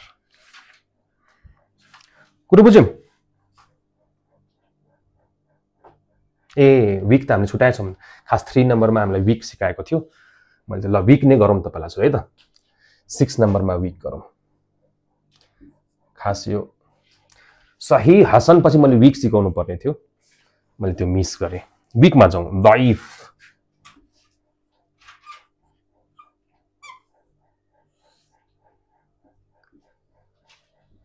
दैफुन भने के हो त सिम्पली वीक दैफ भने एडजेक्टिभ हो हामीले पढेको थियौ हैन एरबी क्लासमा दैफ भने के हो एडजेक्टिभ तर यसलाई नाउनको रूपमा पनि यहाँ और एडजेक्टिभकै रूपमा युज भइराको दैफ भनेको के हो वीक के भयो भने वीक हुन सक्छ धेरै कारणहरु छ जसमध्ये पहिलो कारण भनेको बीचमा कुनै न्यारेटर मिस भयो भन्ने मान्छेले रिलायबल नै छ तर केही कारणवश उसले बीचमा एउटा न्यारेटर छुटायो अब हामी पत्ता लगाउनै सकेनौं कि त्यो न्यारेटर को हो त्यसलाई कम्प्लिट रिजेक्ट गर्न मिलेन किनकि जति जना चेनमा छन् सबैजना भरपर्दै मान्छे हो तर बीचमा के आइदियो एउटा न्यारेटर चाहिँ कताबाट मिस भइदियो मिसिङ न्यारेटर त्यो भइदिन के भयो दैफ भइदियो 2 नम्बरमा जाउँ अननोन न्यारेटर एउटा नाम त आयो तर त्यो को हो पत्ता लगाउनै सकिएन हामीले कलेक्ट गरेको बायोग्राफी अनुसार पत्तै लागेन त्यो मान्छे को रहेछ त्यसलाई कम्प्लिटली सुरुमै रिजेक्ट गरिहाल्न मिलेन किनकि बाँकी जुन न्यारेटर त्यो पनि कसले डिसाइड गर्छ फेरि एक्सपर्ट्स अफ हदीसले डिसाइड गर्छ कि यसलाई रिजेक्ट गर्ने कि नगर्ने रेस्ट अफ द न्यारेटर्स कस्तो छन् त्यसको आधारमा अननोन न्यारेटरलाई चाहिँ हामीले एक्सेप्ट गर्ने कि नगर्ने एक्सेप्ट गर्यो भने कहाँसम्म गर्न मिल्यो वीक सम्म गर्न मिल्यो यदि न्यारेटर बीचमा अननोन छ भने त्यसलाई वीक भन्न मिल्यो तर त्यो भन्दा माथि लान मिलेन त्यो डिसाइड कसले गर्छ एक्सपर्टले गर्छ यो अननोन न्यारेटरलाई हामीले एक्सेप्ट गर्ने कि नगर्ने एक्सेप्ट गर्ने हो भने कहाँसम्म गर्ने वीक सम्म मात्रै गर्ने अननोन न्यारेटर भइदियो अननोन न्यारेटर भने कस्तो पनि हो सबै न्यारेटर अथेन्टिक छ तर बीचमा एउटा न्यारेटरले के भन्दियो मैले मेरो टिचरसँग सुने के भन्यो उले मैले मेरो टिचरसँग यो सुने नाम मान्छेको नाम भनेन अब उसको टिचर हेर्दा कति जना छन् 6 जना छन् अब के गर्ने र 6 जना टिचर मध्ये एकजना टिचर चाहिँ के छ अलिकति वीक छ अथवा 2 जना टिचर के छ वीक छ 4 जना स्ट्रङ छ अब के गर्ने त्यसलाई लिने कि नलिने त्यसलाई वीक भनिने कि स्ट्रङ भनिने सिन्स वी डोन्ट नो त्यसलाई के नै मान्नु पर्यो हामीले वीक मान्नु पर्यो हेर हदीस त मोस्ट प्रोबेबली चान्सेस सो के छ 4 जना रिलायबल टिचर छ 2 जना मात्रै नन रिलायबल टिचर छ तर हदीसको एक्सपर्ट्सहरुले के मान्यो त त्यसलाई बरु हामी 2 जना सँगै जान्छौं वीक नै लिन्छौं जबसम्म 100% स्योर हुँदैन त्यसलाई सही त भन्दै भन्दैनौं हामी यसरी केलाउनु हुन्थ्यो उहाँहरुले हदीसहरुलाई अननोन न्यारेटर भने मैले आफ्नो टिचरसँग सुने अथवा मैले मेरो फ्रेन्डबाट सुने अथवा एकजना ट्राभलर आउनु भएको थियो मैले ट्राभलरले यो भनेर गयो भनेर भने कि त्यो ट्राभलरले प्रफेट मोहम्मदसँग सुनेको थियो रे अथवा कुनै एउटा ताबईसँग सुनेको थियो रे हो यसरी चाहिँ अननोन न्यारेटर आइदियो मैले मेरो टिचर मेरो फ्रेन्ड एउटा ट्राभलर फ्रम इराक भन्दियो कसैले यस्तो भइदियो भने चाहिँ के भयो त्यो न्यारेटर अननोन भइदियो त्यसलाई केमा राख्नु पर्यो हामीले एक्सपर्ट अफ हदीसले डिसाइड गर्छ कि त्यसलाई रिजेक्ट गर्ने कि त्यसलाई दैफ सम्म राख्ने कि के गर्ने ठीक छ थर्ड वीक मेमोरी भइदियो भने पनि त्यो के भइदियो ضعيफ भइदियो।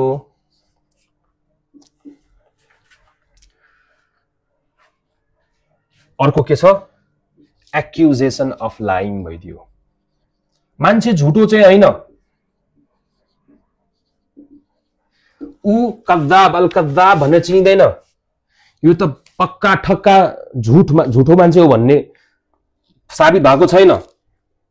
तर आफ्नो लाइफको कुनै मोमेन्टमा उसले झुठो बोल्न बाध्य भयो र उसलाई एक्युजेसन पर्यो कि यो मान्छे झुटो हो।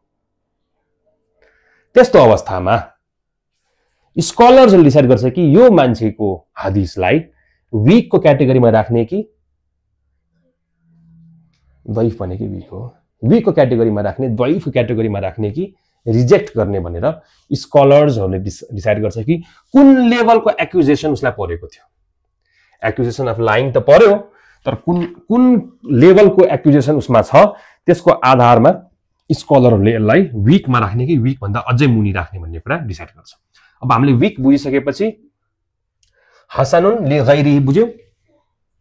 यही वीक न्यारेसन्सहरू मल्टिपल चेनबाट आयो, कतै मिसिङ न्यारेटर थियो, कतै अननोन न्यारेटर थियो, तर अर्को न्यारेसन पनि वीक भेट्यो जसमा चाहिँ त्यो मिसिङ न्यारेटर ठ्याक्क को थाहा भयो।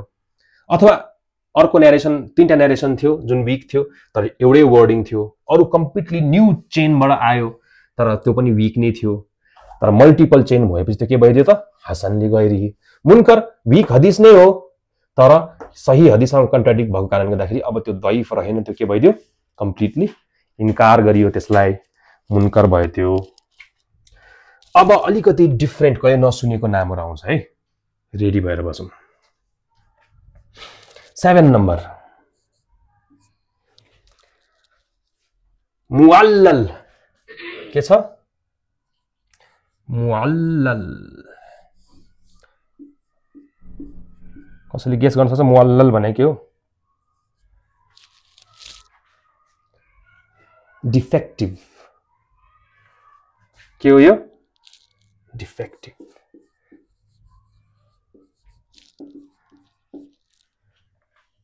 मुअल्लल भनेको डिफेक्टिभ। मुअल्लल हुनलाई ضعيफबाट मुअल्ललमा पनि जान सक्छ, हसनबाट मुअल्ललमा पुग्न पनि सक्छ र सहीबाट मुअल्ललमा पनि पुग्न सक्छ। जुन हदीसमा हिडन फ्लॉ भेट्यो, हिडन प्रॉब्लम्स भेट्यो, त्यसलाई चाहिँ स्कलर्सहरूले कुन क्याटेगोरीमा राखिदियो? मुअल्ललको क्याटेगोरीमा राखिदियो। विथ द हिडन फ्लॉ, यो यस्तो खालको फ्लॉ हो, स्कलर्सहरूले न्यारेसन सबै ठीक छ, कम्प्लिट चेन पाएको छ, स्ट्रङ प्रेसिजन छ, कन्ट्राडिक्सन पनि छैन, तर के भेटिदियो? Hidden flaw भेटिदियो। त्यसलाई के गर्दियो त अब? मुअल्ललमा गयो। कस्तो हिडन फ्लॉ भनेको? हिडन फ्लॉ भनेको त्यही मैले भनेको थिएँ नि, कतै कतै मानिलियौं सबै थोक ठीक छ, मान्छे ठीक छ, तर के भइदियो भन्दाखेरि एउटा मान्छेले चाहिँ, एउटा भरपर्दो मान्छेले चाहिँ एउटा हदीस कोट गरेको छ र एउटा कुरा सिकाएको छ र त्यही मान्छेबाट ठ्याक्क त्यसको त्यो कुरालाई भनौं न कसरी बुझाउने मैले अब। और age gap, there is very less chance कि यो मान्छेले यो मान्छेलाई भेटेको छ। सबै न्यारेसन ठीक छ, डेट वाइज हेर्ने पनि यो डेट अफ यो मान्छे जन्मेको यो देखि यहाँसम्म, यहाँ जन्मेको यहाँ मरेको यो ए हो रे, अर्को बी छ, यो पनि भरपर्दो मान्छे, यहाँ जन्मेको यहाँ मरेको भने यति टाइममा त उसले भेटघाट गर्न सक्यो हो। अर्को मान्छे यहाँ जन्मेको थियो र यहाँ मर्यो, अब यो भन्दा अगाडि जन्मे तापनि यिनीहरूले यसले यसलाई भेटेर, यसले यसलाई भेटेर योसँग सिक्न त सक्छ, यो एल्डर भए तापनि, किनकि यो भन्दा अगाडि जन्मेको हो भए तापनि के भयो, यसले त योसँग सुन्न सक्छ। अब अर्को कुरा आइदियो, यो ठाउँमा चाहिँ एउटा मान्छे जन्मेको थियो, यो ठाउँमा चाहिँ एउटा मान्छे जन्मेको थियो जसले योसँग सुने भनेको छ। अब यहाँ एकदमै लेस चान्स छ कि यो मान्छेले यो मान्छेसँग सुनेको होला, किनकि यतिखेर यो मान्छे आफ्नो डेथ बेडमा थियो अथवा मर्ने हालतमा थियो, तर पनि यहाँ चेन कन्टिन्युअस छ, सबैजना ए पनि बी पनि सी पनि डी पनि प्रिसाइज छ, कुनै पनि प्रकारको कन्ट्राडिक्सन छैन। तर एउटा सानो कुराले गर्दाखेरि कि यो मान्छेले भेट्ने चान्स एकदमै कम छ भने त्यसलाई के भन्यो सबै थोक सही हुँदा पनि एउटा हिडन फ्ल छ भन्ने खालको कुरो आयो। र अरु पनि धेरै प्रकारको हिडन फ्लहरु छ, हामीले इन्शाअल्लाह त्यसलाई सिकौँला डिटेलमा है। मुअल्लल भनेको विथ हिडन फ्ल, अथवा कुनै हदिस हसन साबित भयो त त्यसमा हिडन फ्ल छ, कुनै हदिस वीक साबित भयो त्यसमा हिडन फ्ल छ भने त्यो कहाँ गयो झर्यो, अब त्यो मुअल्ललमा झर्यो, डिफेक्टिभमा झर्यो। यो हदिसमा डिफेक्ट छ, मुअल्लल भयो त्यो। 8 मा जाउँ, मौकुफ वकिफबाट आएको, किफबाट स्टपबाट आएको। मौकुफ भनेको स्टप्ड हो। कहाँ त किन यसलाई स्टप भनेको, किनकि यो स्टप्ड एट सहाबीसम्म मात्र पुगेछ चेन, प्रफेट मोहम्मद सल्लल्लाहु अलैहि वसल्लमसँग यसको चेन पुगेन। त्यसलाई हदिसलाई के भन्यो त हामीले मौकुफ। यो मिस्टेक हो त के भयो, किन हाँसे यो किन, यसमा के प्रब्लम छ त? साहबा जस्तै अबू बकर सिद्दिकले कुनै कुरा भन्नुभयो, I was sitting with Abu Bakr, र अबू बकर सिद्दिकले मलाई एउटा कुरा सिकाउनु भयो, यस्तो गर भनेर। त्यो के भयो त? त्यो गलत कुरा हो र हैन? उहाँले आफ्नो नलेज अनुसार केही सजेसन आफ्नो सन्तानलाई दिनुभयो होला, आफ्नो फ्रेन्ड्सहरुलाई दिनुभयो। तर त्यो कसको वर्ड भयो? अब प्रफेट मोहम्मदको वर्ड हो त्यो हैन। त्यो कसको वर्ड भयो? अबू बकर सिद्दिकको वर्ड भयो। तर चेन सबै पर्फेक्ट छ, तर त्यो कसको वर्ड हुन पुग्यो? त्यो अबू बकर सिद्दिकको वर्ड हुन पुग्यो। त्यसलाई के भन्छौँ त हामी? त्यो हदिस एक्सेप्टेबल हो। यसलाई पनि यसरी नै सबै चेक गरिन्छ, सही छ कि छैन। त्यो सही पनि हुनु पर्यो, त्यो हसन छ भने हसन हुनु पर्यो, त्यो वीक हुनु भएन, त्यो मुनकर हुनु भएन, के पनि हुनु भएन। र त्यो यदि मौकुफ छ भने त्यसलाई हामीले एक्सेप्ट गर्छौं, तर एक्सेप्टेड एज वर्ड अफ सहाबा, not the word of prophet. कुरो बुझ्यो? सो स्टप्ड एट कम्पेनियनलाई के भन्छ? सहाबियुनमा स्टप भएको छ भने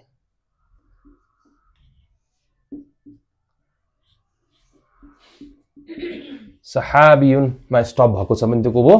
त्यस्तोलाई भन्छ मौकुफ। सो एउटा हदिस मौकुफ पनि हुन सक्छ र वीक पनि हुन सक्छ। सही? यो मौकुफ हदिस हो, बट दिस इज वीक किनकि नरेटर कमजोर थियो। एउटा हदिस मौकुफ पनि हुन सक्छ, सही पनि हुन सक्छ। यो मौकुफ हो, सहाबीमा गएर स्टप भएको छ, तर यसको सबै चेन पर्फेक्ट छ हो। सो मौकुफ भयो भन्नेमा itself is not a grade. मैले भन्न खोजेको कुरा, मौकुफ आफैमा हदिसको ग्रेड हैन। मौकुफ एउटा क्यारेक्टरिस्टिक हो। कस्तो क्यारेक्टरिस्टिक हो? त्यस्ता हदिसहरू जुन सहाबीमा गएर अड्कियो, प्रफेट मोहम्मद सल्लल्लाहु पुगेन भन्नाले वर्ड्स अफ सहाबी हो भने त्यसलाई के भन्यो? मौकुफ भन्यो। वर्ड्स अफ सहाबीहरुलाई के भन्यो त? मौकुफ भनेको। यो आफैमा ग्रेड चाहिँ हैन। यसको ग्रेड एनालाइसिस जसरी यो अगाडिको हदिसहरुमा गरियो त्यसरी नै गरिन्छ। 9 नम्बरमा जाउँ अब। सकेको छैन है। मक्तू कति नम्बर सरप्राइज हो त्यो।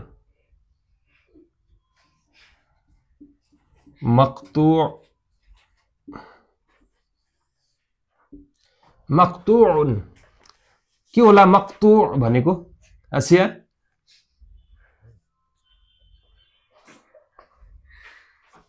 मलाई विशेष अरु लेटर्सहरुलाई हेरेर यस्तो विचार गर्न खोज न, यस्तो टर्म कतै सुनेको छ कि? रिलेसनशिपलाई के गर्छ रे गर्ने मान्छेहरुलाई? कट। मक्तू भने के हो? कट। यो पनि मौकुफ जस्तै हो, तर कट भन्ने के हो? सहाबासम्म पुग्न पाएन। कहाँ रोकियो? ताबईमा रोकियो। स्टप्ड एट ताबई भनेपछि यो वर्ड्स अफ ताबई रहेछ, कम्पेनियन्स अफ कम्पेनियन्सको वर्ड रहेछ। उसले पनि त आफ्नो स्टुडेन्टलाई अर्थी उपदेश दिन सक्छ नि हैन?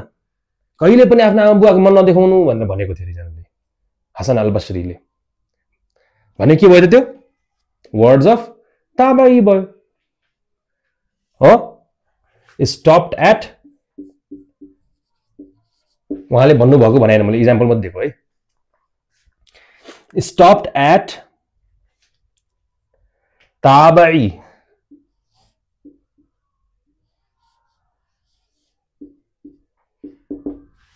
स्टप्ड एट ताबाई भनेको मतलब साहाबासम्म पनि पुगेको होइन यो कुनै ताबाईको वर्ड हो भने त्यसलाई के भन्छ त मक्तुअ भन्छौं यो पनि आफैमा ग्रेड होइन यो सिम्पली एउटा एट्रिब्युट हो कि word of Tabei which yet needs to be verified त्यो हदीस itself yet needs to be verified छ भने चाहिँ त्यो मक्तुअ हदीस वीक पनि हुन सक्छ सही पनि हुन सक्छ हसन पनि हुन सक्छ मुनकर पनि हुन सक्छ यो आफैमा ग्रेडिङ होइन कुरो बुझ्नुभयो 10 नम्बरमा जाउँ हामी मुरसल के हो मुरसल भनेको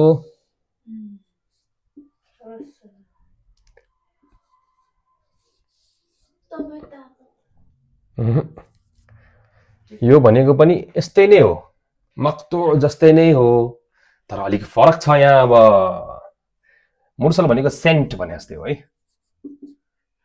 पठाउनु भने जस्तै हो ताबाईले एकैचोटी प्रफेट मोहम्मद सल्लल्लाहु अलैहि वसल्लमलाई कोट गर्नु द प्रफेट टोल्ड बीचमा कुन साहाबाबाट सुनेको भन्दै भनेन उसले भनेको कुरा साँचो होला आफ्नो ठाउँमा छ किनकि ताबाई भनेको त्यो ग्रुप अफ पिपल हो जसलाई हामीले के गर्न मिल्छ ट्रस्ट गर्न मिल्छ फर्स्ट 3 जेनेरेसन्सहरु मध्येबाट हो तर पनि ताबाईलाई पनि मेबी यस इल्मु रिजालबाट हामीले चेक गर्छौं होला तर भरपर्दो ताबाई हो हामी भन्छ मोहम्मद सल्लल्लाहु अलैहि वसल्लमले भन्नुभयो भन्दै हामीले के गरेर हुन्छौं बयानहरु गरिरहेको हुन्छौं पुरै चेन अफ नरेसन त हामीले भन्दैनौं त्यसरी नै कुराकानी गर्ने क्रममा आफ्नो स्टुडेन्ट्सहरुलाई बुझाउने क्रममा क्लासेसहरु लिइरहेको क्रममा यदि ताबाईले कुनै हदीस कोट गर्नुभयो with directly quoting Prophet Muhammad sallallahu alaihi wasallam त्यस्ता हदीसहरुलाई हामी के भन्छौं मुरसल जसमा सहाबा इज मिसिङ इन द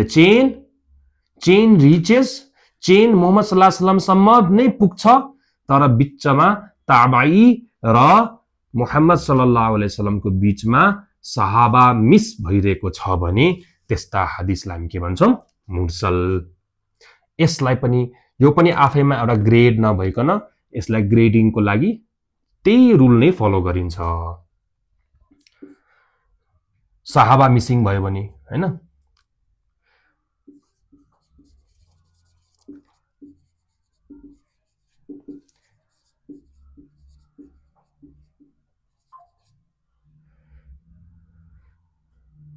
सहाबा मिसिङ बिट्विन यसलाई हामीले सही चाहिँ भन्न मिल्दैन है किन सहीको लागि क्याटेगोरी के छ कम्प्लिट चेन हुनै पर्छ ताबाईको वर्ड त हो यो मुरसलमै गएर बस्छ तर यो मुरसलको ताबाई सम्मको चेनलाई चाहिँ हामी चेक गर्छौं तर यसलाई हामीले सही चाहिँ भन्न मुरसललाई सही चाहिँ भन्न मिलेन किनकि सही क्याटेगोरी के हो कम्प्लिट चेन हो यसलाई हसन पनि भन्न मिलेन किनकि हसनको लागि पनि के हुनु पर्छ कम्प्लिट चेन हुनु पर्छ तर यसलाई दईफ भन्नु भन्दा अगाडि चाहिँ चेक गर्नु पर्छ कुरो बुझ्यो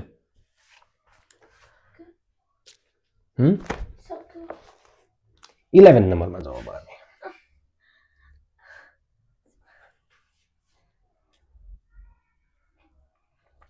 मुअदल के आयो अब मुअदल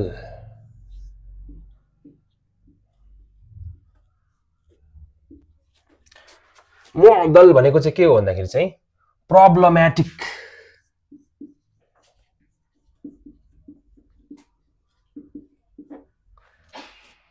कस्ता हदीसलाई मुअदल भन्छ हामी कस्ता हदीसलाई मुअदल भन्छौं यस्तो वीक नरेसन जसमा एउटा नरेटर मात्र मिस हैन कन्जुगेटिभ दुईटा नरेटर मिस छ लगालग। सो ए ले बी बाट सुन्यो, बी ले सी बाट सुन्यो, सी ले डी बाट सुनेको थियो भने ए ले एकैचोटि सी लाई कोट गर्छ अथवा ए ले एकैचोटि डी लाई कोट गर्छ, बी र सी बीचमा मिसिङ छ। टु कन्जुकेटिभ न्यारेटर्सहरु मिसिङ छ भने त्यसलाई हामी प्रब्लमेटिक भन्छौं। मुअद्दलमा पर्यो त्यो। टु ओर मोर कन्जुकेटिभ, यो वीक त वीक हो, तर वीक भन्दा पनि तल गयो। टु कन्जुकेटिभ न्यारेटर्स मिस भयो। टु मात्र हैन, टु त लिस्ट हो, टु ओर मोर हो है। Two or more conjunctive narrators missing. So वीकमा पनि यो के भयो त, अलिकति धेरै वीकको क्याटेगोरीमा पर्न गयो। यदि मुअद्दल हो भने यो वीक भन्दा पनि अझै वीक हुन गयो। अब हामी 12 नम्बरमा जान्छौं। मुनकती के आयो?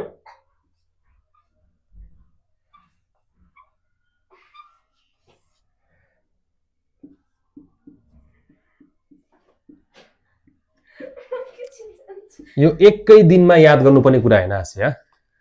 यो एक हफ्ता टाइम छ हामीसँग यो कुराहरु बुझ्नलाई। त्यो पनि यो याद गरेर कण्ठ पार्नुपर्ने कुरा हैन, यो बुझ्ने कुरामा कसरी कसरी स्ट्रगल भयो त्यो कुरा हामीले बुझ्न खोजिरहेको छौं।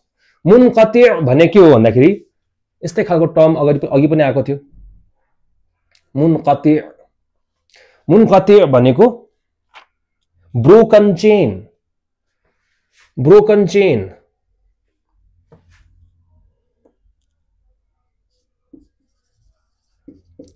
माथि जस्तै हो यो, तर यसमा के छ भन्दाखेरि चाहिँ लगालग हैन कि एनीवेयर इन द चेन यदि वान और मोर मिसिङ न्यारेटर छ त्यसलाई के भन्छ? मुनकती। यो पनि दैफ क्याटेगोरीमा पर्यो, तर प्रब्लमेटिक भन्दा अलिकति कम। जस्तै A B C D E F हुनुपर्ने थियो, मुअद्दल हुनलाई बी र सी मिसिङ हुनु पर्यो, कन्जुकेटिभ दुईटा और तीनटा। तर मुनकती हुनलाई चाहिँ के हुनु पर्यो? बी मिसिङ छ, यहाँ डी मिसिङ छ, यहाँ एफ मिसिङ छ। कन्जुकेटिभ त छैन, तर ठाउँ ठाउँमा मिसिङ छ, वान और मोर।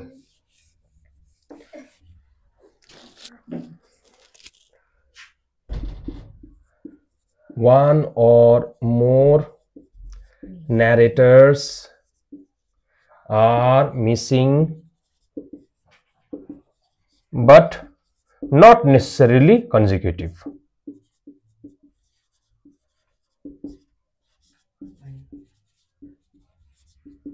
बुझ्यो? यो के भयो? मुनकती। कुरो बुझ्नुभयो? सक्या होला त अब?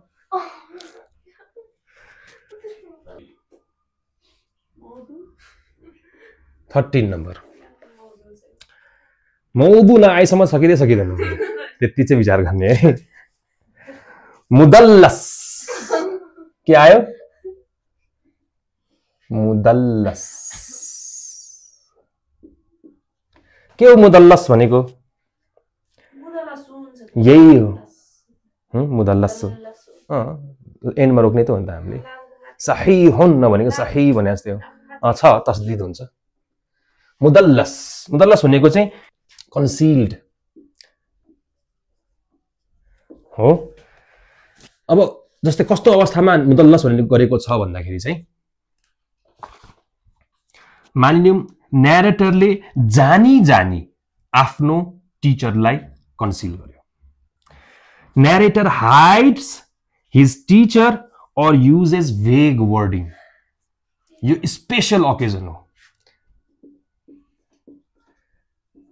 जस्तै एकदमै ठूलो स्कलरले चाहिँ यो बयान गर्नु भएको हो भन्थ्यो हो, न्यारेटर फेरि भरपर्दो छ, तर आफ्नो टिचरलाई उसले के भन्दियो? एकदमै ठूलो स्कलरले यो बयान गर्नु भएको, कसैलाई कन्सिल गर्नु। न्यारेटर हाइड्स कसलाई? हिज टिचर, आफ्नो टिचरलाई हाइड गर्छ अथवा एकदमै भेग नेम युज गर्छ। और युजेस स्पष्ट नभएको भन्न चाहिँ भनेको छ, तर स्पष्ट क्लियर नहुने गरी वेगली भनेको छ, वेग वर्डिङ्सहरु युज गरेको छ। ठीक छ, यो भयो मुदल्लस। 14 नम्बर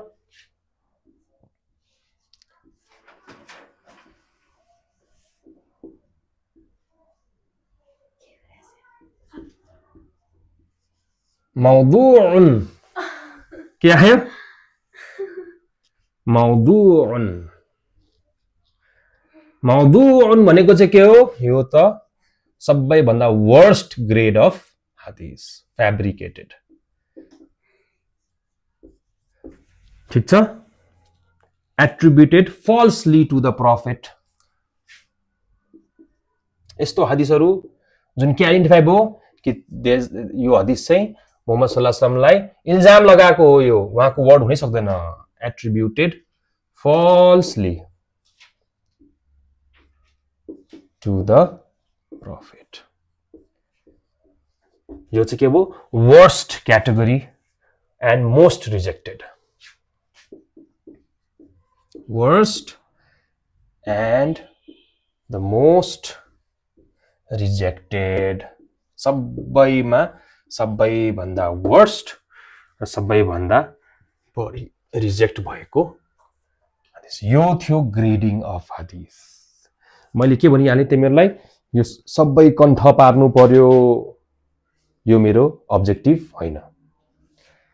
मैले यो अरु पनि छन्, मैले के मत दिन खोजेको, पिक्चराइज गर्न खोजेको कि कस्तो कस्तो तरिकाले उलमाए दिनहरुले, एक्सपर्ट्स अफ हदीसले चाहिँ क्रिटिक गर्नुहुन्थ्यो जब कुनै एउटा नयाँ हदीस उहाँहरुको अगाडि आउँथ्यो, कसरी कसरी उहाँले के लाएर अनि बल्ल हाम्रो अगाडि यो हदीसहरु पुगेको छ भन्ने कुरा, यो चान्चुने कुरा हैन। मेरो शास्त्रमा लेखेको छ भन्नेमा हुँदैन। यो शास्त्रमा लेखेको छ भने कसरी त्यसमा पुग्यो त्यो केलाउने साइन्सलाई हामी के भन्छौं त?